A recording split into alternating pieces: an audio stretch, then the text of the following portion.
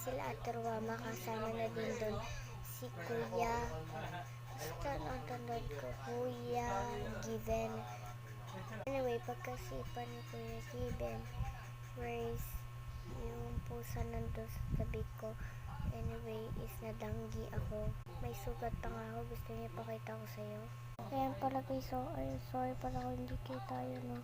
Nakabahan ako. Guys, iyak kami ng iyak niya. Sabi ko, ayoko pa mamatay. Guys, anyway, muntik ka na magkaiwalay sila. Oh my god, hindi ko kaya guys. Sorry, I'm sorry pala. Lalo ko umiyak.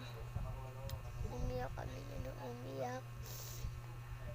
Iyak ako si Kuya Given ang mahigpit. Gusto ko talaga siya lagi makita. Anyway, kahit gusto ko siya pumunta kay Given. Miss na miss ko siya sa part 11.